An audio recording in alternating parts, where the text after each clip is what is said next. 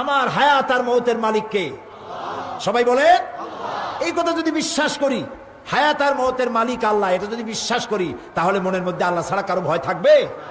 একজন মোমেনের মধ্যে একজন মোমেন বিপদে পড়ে ততটা পেরেশান হবে যতটা তার মধ্যে ইমানের কমতি থাকবে।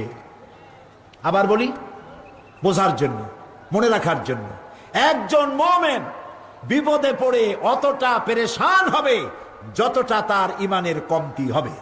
যদি তার ইমান মজবুত হয় যে আল্লাহ যা করবেন তার ফয়সালার এক চুল বেশি কিছু হবে না, এইটা যদি জানা থাকে, সে বীর পুরুষ হবে, সাহসী হবে, নির্ভীক হবে, আল্লাহর হুকুম অনুযায়ী সে তার কাজ করে যাবে। এই জন্য আল্লাহ রাব্বুল আলামিন বলেন, ইয়া আইয়ুহাল্লাযীনা আমানুত্তাকুল্লাহা হাক্কা তুকাতিহি ওয়া লা তামুতুন্না ইল্লা ওয়া আনতুম মুসলিমুন। হে বিশ্বাসীরা, আল্লাহকে ভয় করো, যতটা সম্ভব আল্লাহকে ভয় করো। আর মরে যেও না এমন অবস্থা যে তখনও তুমি মুসলমান হয়ে সারোনি। পরিপূর্ণ মুসলমান হও, তার মানে মৌতের জন্য আপ টু ডেট থাকো। এখন যদি মৌত হয়, মৌতটা যেন ইমানের সাথে হয়। আল্লাহকে এরকম ভয় করো, প্রকাশ্যে, গোপনে, রাতে, দিনে, সর্বাবস্থায় ভয় করতে হবে কাকে?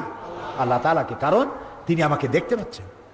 আল্লাহ রাব্বুল আলামিন বলেন, وَيَعْلَمُ مَا فِي الْبَرِّ وَالْبَحْرِ وَمَا تَسْقُطُ مِنْ وَرَقَةٍ إِلَّا يَعْلَمُهَا।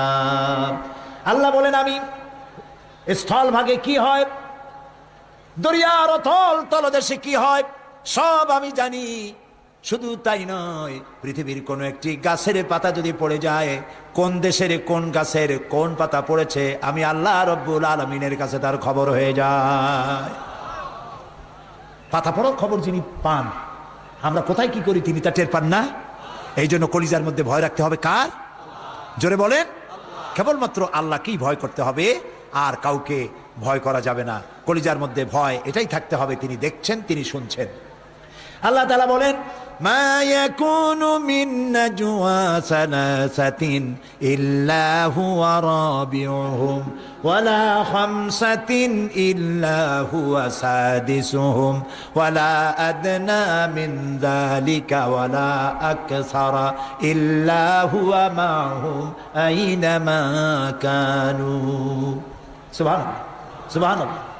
তোমরা যেখানে তিনজনে মিলে অন্ধকারে কোন রুমের ভিতরে অথবা কোন জায়গায় তিনজনে সলা পরামর্শ করতেছো, গোপন পরামর্শ, কারে মারবা, কারে ধরবা, কারে গুলি করবা, কারে গিলি ফেলবা, কার সর্বনাশ করবা, এই যে তিনজনে যখন পরামর্শ করো, মনে রেখে দিও ওখানে তোমরা শুধু তিনজন নও, ওখানে আর এক সত্তা আছে যার নাম আল্লাহ। যদি বিশ্বাস করতাম আমরা ভালো হয়ে যাইতাম, ঠিক না ভাই? যেখানে তোমরা পাঁচজন, ওখানে ষষ্ঠ আল্লাহ। এর চাইতে সংখ্যায় যদি কম হও, এর চাইতে সংখ্যায় যদি বেশি হও, বান্দারে তুমি আছো যেখানে, আমি আল্লাহ সেখানেই। আল্লাহ এগুলি বিশ্বাস করার তৌফিক যেন আমাদেরকে দেন, আমরা বলি আমিন।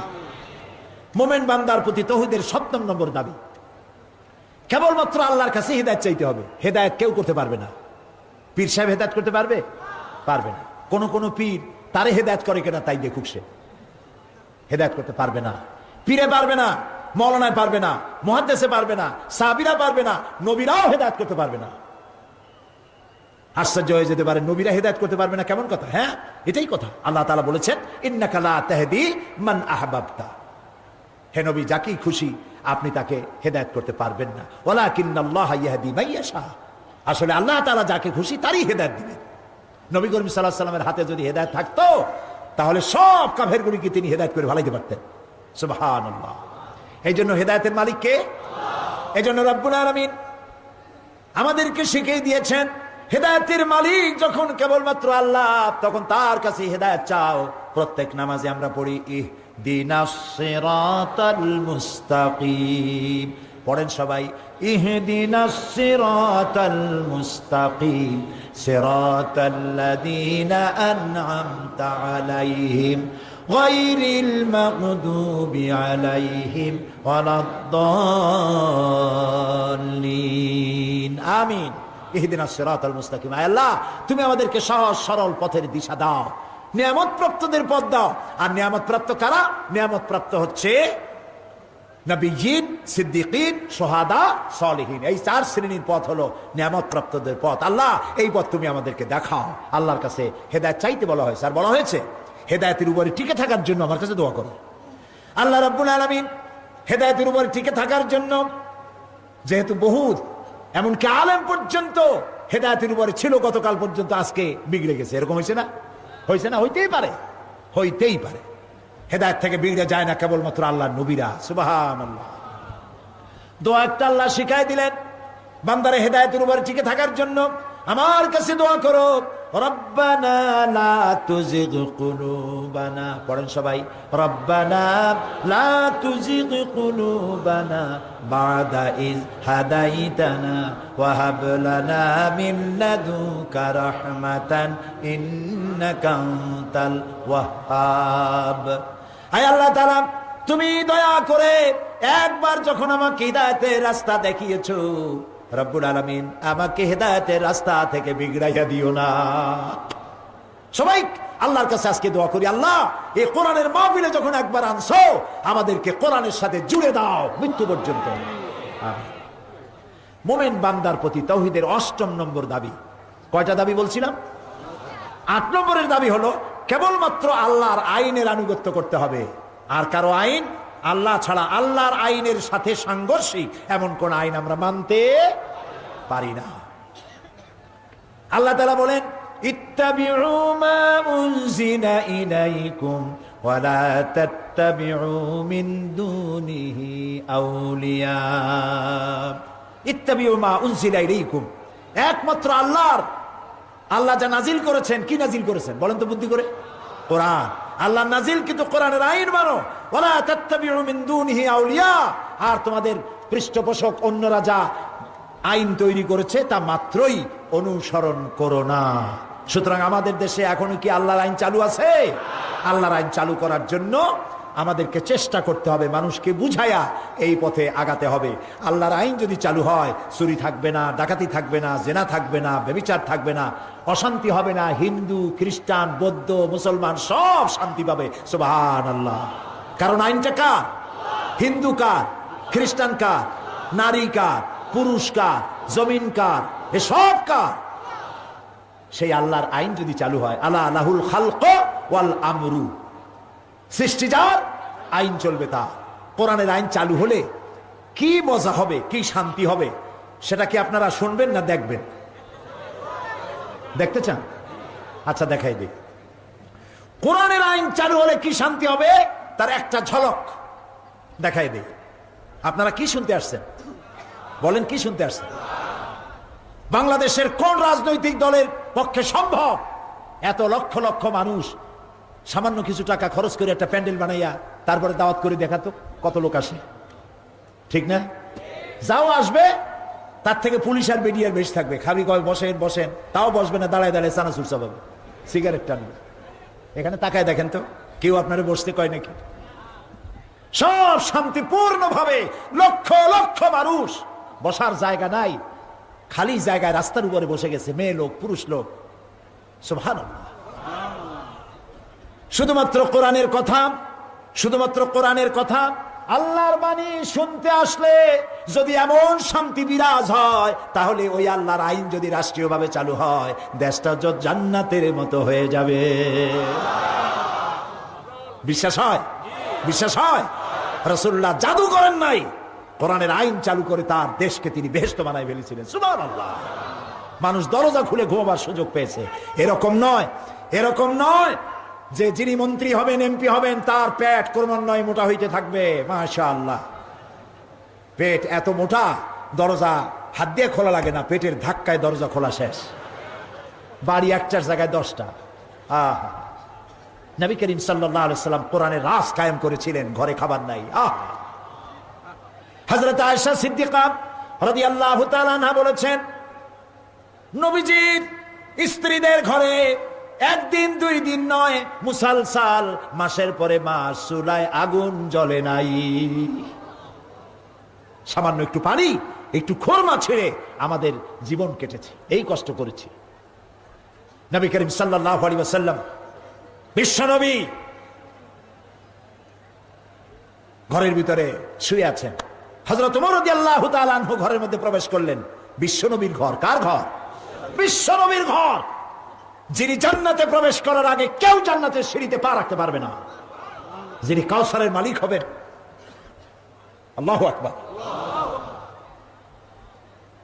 সেই নবী সঙ্গে দেখা করতে গেছেন হযরত ওমর। ঘরের এদিক ওদিক তিনি তাকালেন, হযরত ওমরের চোখ দিয়ে পানি পড়া শুরু পড়ে গেল। আহারে, বিশ্বনবীর ঘর। এই ঘরের মধ্যে একটা খাটিয়া, দড়ি দিয়ে বোনানো একটা খাটিয়া। সেই খাটিয়ার উপরে চাদর নাই, বালিশ নাই, বিছানা নাই, এর উপরে বালিশ নাই। বিশ্বনবী হাতটা মাথার তলে দিয়ে শুয়ে আছেন। ঘরের মধ্যে একটা শূন্য মশক ঝুলে আছে, তাতে পানি নেই। আর ঘরের আর এক কোনায় সামান্য এক কেজি 1.5 কেজি বা তার থেকে কম বেশি জব পড়ে আছে এক কোনায়, আর কিচ্ছু নাই। হযরত ওমরকে দেখে রাসূলুল্লাহ উঠে বসলেন। হযরত ওমর কাঁদতেছেন আর বলছেন, বাষ্পরুদ্ধ হয়ে যাচ্ছে। রাসূল জিজ্ঞেস করছেন, ওমর কান্দো কেন? হযরত ওমর বলছেন, ইয়া রাসূলুল্লাহ, আপনি দড়ির দিয়ে বুনানো খাটের উপরে শোয়া, আপনার পিঠের মধ্যে আমি দেখতে পাচ্ছি দড়িগুলার দাগ কেটে আছে, আমার কলিজা ফেটে যাচ্ছে। বিশ্বনবীর ঘরে তোশক নাই, বালিশ নাই, চাদর নাই, ঘরের কোনায় সামান্য জব, একটা শূন্য মশক ঝুলে আছে। কাফেরেরা কত শান্তি করছে, আপনি একটু আমাকে অনুমতি দেন, আপনার জন্য আমি একটা তোশক বানাই আনি। আল্লাহর নবী বললেন, ওমর, দুনিয়ায় শান্তি করার জন্য আমি আসি নাই। আমি যদি ওহদ পাহাড়টাকে বলি, ওহদ পাহাড় আমার জন্য সোনায় পরিণত হয়ে যা, ওমর তুমি দেখতে পাবে তোমার চোখের সামনে ওহদটা সোনায় পরিণত হয়ে যাবে। শান্তি করার জন্য আসি। এই ছিল শাহানশাহ, আল্লাহর বানানো বাদশাহ, যিনি মানুষের কল্যাণে উজাড় করে দিয়েছেন সব, নিজে না খেয়ে মানুষের খাবার পৌঁছে দিয়েছেন। হযরত আবু আইয়ুব আনসারী রাদিয়াল্লাহু তাআলা আনহুর বাড়িতে হযরত আবু বকর ওমর দুজনই ক্ষুধার্ত, 3-4 দিন না খাওয়া, রাসূলও না খাওয়া, তার বাড়ি গিয়ে হাজির হলেন। হযরত আবু আইয়ুব তিনি রাসূলকে, হযরত আবু বকর ওমরকে দেখে ঘরের মধ্যে নিয়ে বসতে দিলেন আর বললেন, স্ত্রী, ঘরের মধ্যে গিয়ে বললেন, স্ত্রী, আজকে এমন 3 জন মেহমান পেয়েছি, এর থেকে সম্মানিত মেহমান আল্লাহর আকাশের নিচে জমিনের উপর আর নাই। তাড়াতাড়ি একটা ছোট্ট বকরি ছিল, জবাহ করে দিলেন। রুটি বানাবার জন্য স্ত্রীকে বললেন, নিজে দৌড়াইয়া বাগানে গেলেন, খরমার বাগান থেকে কিছু খরমা এনে রাসূলের সামনে হাজির করে বললেন, হে রাসূল, আপনি মেহেরবানি কিছু খান, রুটি তৈরি হচ্ছে। রাসূলুল্লাহ বললেন, আবু আইয়ুব, এর মধ্যে কাঁচা, পাকা, আধা পাকা 2-3 রকম আছে, কোনটা খাবো? হযরত আবু আইয়ুব বলেন, ইয়া রাসূলুল্লাহ, কাঁচা, পাকা, আধা পাকা সবটার মধ্যে আপনি হাত লাগাবেন, কারণ আপনার হাত যে ধরনের খরমার গায়ে লাগবে, আমার বাগানে আল্লাহ রাব্বুল আলামিন সবগুলি খরমায় বরকত দিয়ে দিবে। রান্না হয়ে গেল। হযরত আবু আইয়ুব রাদিয়াল্লাহু তাআলা আনহু খরমা আর বকরির গোশত নিয়ে রাসূলের সামনে হাজির করে দিলেন। 3-4 দিনের ক্ষুধার্ত বিশ্ব নবী আর হযরত আবু বকর ওমর। নবীজি এক টুকরা রুটির উপরে কয়েক টুকরা গোশত রেখে টোপলার মতো বানায়া, পুটুলির মতো বানায়া রাসূলুল্লাহ বললেন, আবু আইয়ুব, এই গোশত টুকরা আর রুটি টুকরা নিয়ে যাও, গত 3 দিন হলো আমার ফাতেমার কিসমতে কিছু হয় নাই।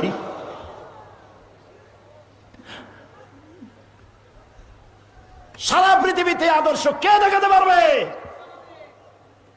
এ আমার বিশ্ব নবী সাল্লাল্লাহু আলাইহি ওয়াসাল্লাম। নিজের বানানো আইন চালু করেন নাই, কোরআনের আইন চালু করেছেন। আর সেই কোরআনের আইন চালু করার কারণেই মানুষ দরজা খুলে ঘুমাবার সুযোগ পেয়েছে, মানুষের ঘরে ঘরে খাবার পৌঁছে গেছে, বৃদ্ধরা বয়স্ক ভাতা পেয়েছে, মা তার সন্তানকে দুগ্ধ দিতে গিয়ে যদি অভাব হয় সেখানে তারা ভাতা পেয়েছেন, বেকার সমস্যা ছিল না, কাজ না হওয়া পর্যন্ত বেকাররা ভাতা পেয়েছেন। রাসূলুল্লাহর একটা ব্যাংক ছিল, সেই ব্যাংক যখন তিনি উদ্বোধন করেন, বাইতুল মাল, তিনি উদ্বোধন করার সময় বলেছিলেন, মান তারাকা দায়নান আউদিয়ান ফালাইয়া। তিনি বলেছিলেন, আমার দেশের ভিতরে আমার কোন জনগণের মধ্যে কেউ যদি ঋণগ্রস্ত হয়ে মারা যায় আর ঋণ পরিশোধের যদি কোনো অর্থবিত্ত তার কাছে না থাকে, তাহলে এই ঋণ পরিশোধের দায়িত্ব আর তার এতিম বাচ্চার দায়িত্ব আমি মুহাম্মদ আমার কাঁধের উপরে উঠায় নিলাম।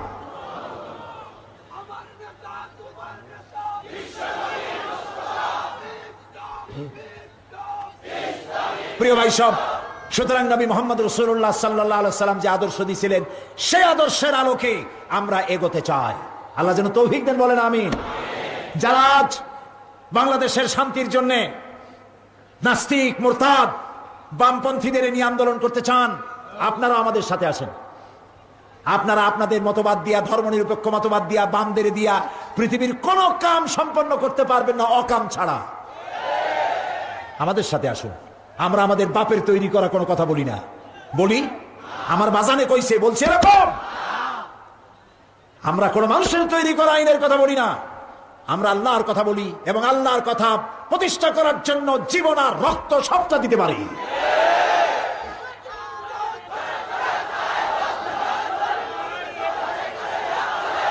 কাজী শান্তির জন্য আজ এই লক্ষ লক্ষ জনতাকে উদাত্ত আহ্বান জানাই। তরুণেরা, যুবকেরা, নারী, পুরুষ সকলকে আহ্বান জানাই, মানুষের তৈরি করা মতবাদে শান্তি হবে না, হবে না, হবে না।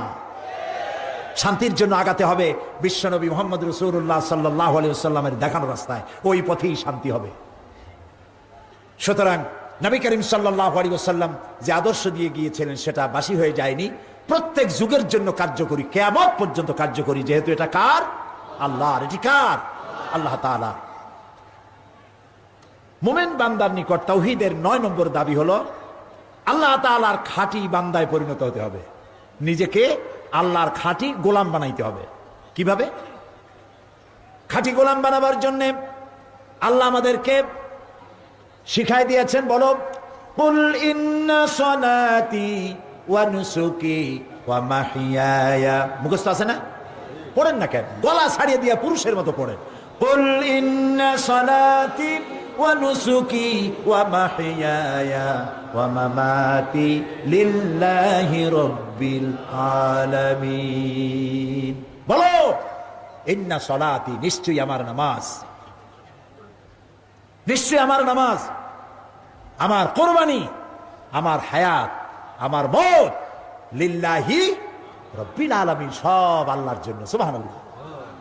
খাঁটি মুমিন হওয়ার জন্য এইভাবে আল্লাহর কাছে নিজেকে সুপর্দ করতে হবে। খালি নামাজ পড়বেন, ওমরা করবেন, মাঝে মধ্যে হজ করবেন, মানুষের ফাঁকি দিবেন, এর নাম মুসলমান না। আল্লাহর আইনের জন্য সংগ্রাম, রসুলের জন্য সংগ্রাম, রসুলের কথা প্রতিষ্ঠা করার জন্য। আজ আমাদের দেশে কাদিয়ানি সমস্যা মারাত্মক। এই কাদিয়ানিদের ব্যাপারে আমরা আবারও বলতে চাই, আমরা কোন ষড়যন্ত্র মানব না। কাদিয়ানিদেরকে অমুসলিম ঘোষণা করতেই হবে। কারা তারা? কাদিয়ানিরা আমাদের দেশে চাকরি করুক, ব্যবসা করুক, বিয়ে শাদী করুক, বাড়ি ঘর করুক, সব আমরা রাজি থাকবো, কিন্তু পরিচয় দিতে হবে তোমরা নন মুসলিম মাইনরিটি, তোমরা আমাদের মুসলমান নও। কাদিয়ানিদের কোন একটি মসজিদকে আমরা মসজিদ বলে স্বীকৃতি দেব না, এটা উপাসনালয়। হিন্দুদের যেমন উপাসনালয় হয়, কাদিয়ানিদের মসজিদ মসজিদ নয়, উপাসনালয়। সুতরাং তাদের বইপত্র নিষিদ্ধ ঘোষণা করা হয়েছিল, সেই নিষিদ্ধই থাকা উচিত ছিল। মুসলমান যারা দেশের মুসলমান তাদেরকে বলতে চাই, দরদ আপনি করবেন, আমাদেরও দরদ শূন্য বুক নয়, আমাদেরও মহব্বত আছে। তারা আমাদের দেশে হিন্দুরা আছে না? আছে না? পূজা করে না? তারা পাঠা বলি দেয় না? তো কাদিয়ানিরা গোলাম মোহাম্মদের নামে পূজা দিক, ওর মূর্তি বানায় খাড়া করে রাখুক। আমরা গোলাম মোহাম্মদকে সহ্য করতে পারি না। গোলাম মোহাম্মদ কাদিয়ানি পৃথিবীর নিকৃষ্ট কাফের। ওর কবরে জাহান্নামের আগুন জ্বলুক কিয়ামত পর্যন্ত। জোরে বলেন আমিন। সমস্ত কাদিয়ানিরা কাফের। মুসলমানদের সাথে তাদের কোনো সম্পর্ক নাই। মানুষের একটা রুচিও থাকা উচিত। রুচি থাকা উচিত না? রাজভোগ রসগোল্লা খাওয়ার পরে কেউ পান্তাভাত খায়? বলেন, কোথায় আল্লাহ রসুল শেষ নবী, আর কোথায় একটা শয়তান কাফের, বদমাশ, মিথ্যেবাদী, তারে নবী মানে? এগুলো মানুষ। এই জন্য তাদেরকে আলাদা করতে হবে, সরকারের দায়িত্ব। আমরা ফাঁসির রশিকে জুতার ফিতা মনে করি, কারণ আল্লাহ রাস্তায় কাদিয়ানীদেরকে অমুসলিম ঘোষণা করার জন্য যদি শহীদ হতে হয়, তাহলে সে শহীদ হবে, শাহাদাত হবে আমার জান্নাতে যাওয়ার সেতু বন্ধন। আমরা শান্তিপূর্ণভাবে এই আন্দোলন করছি, করতে থাকবো। মনে রাখবেন, আইন কখনো হাতে তুলে নেবেন না। ইসলাম তা আদৌ বরদাস্ত করে না। সরকারের আইন মানতে হবে। আমরা নিয়ম মাফিক গণতান্ত্রিক পদ্ধতিতে আমরা আমাদের দাবি দেওয়া আদায় করার জন্য চেষ্টা করতেই থাকবো ইনশাআল্লাহ।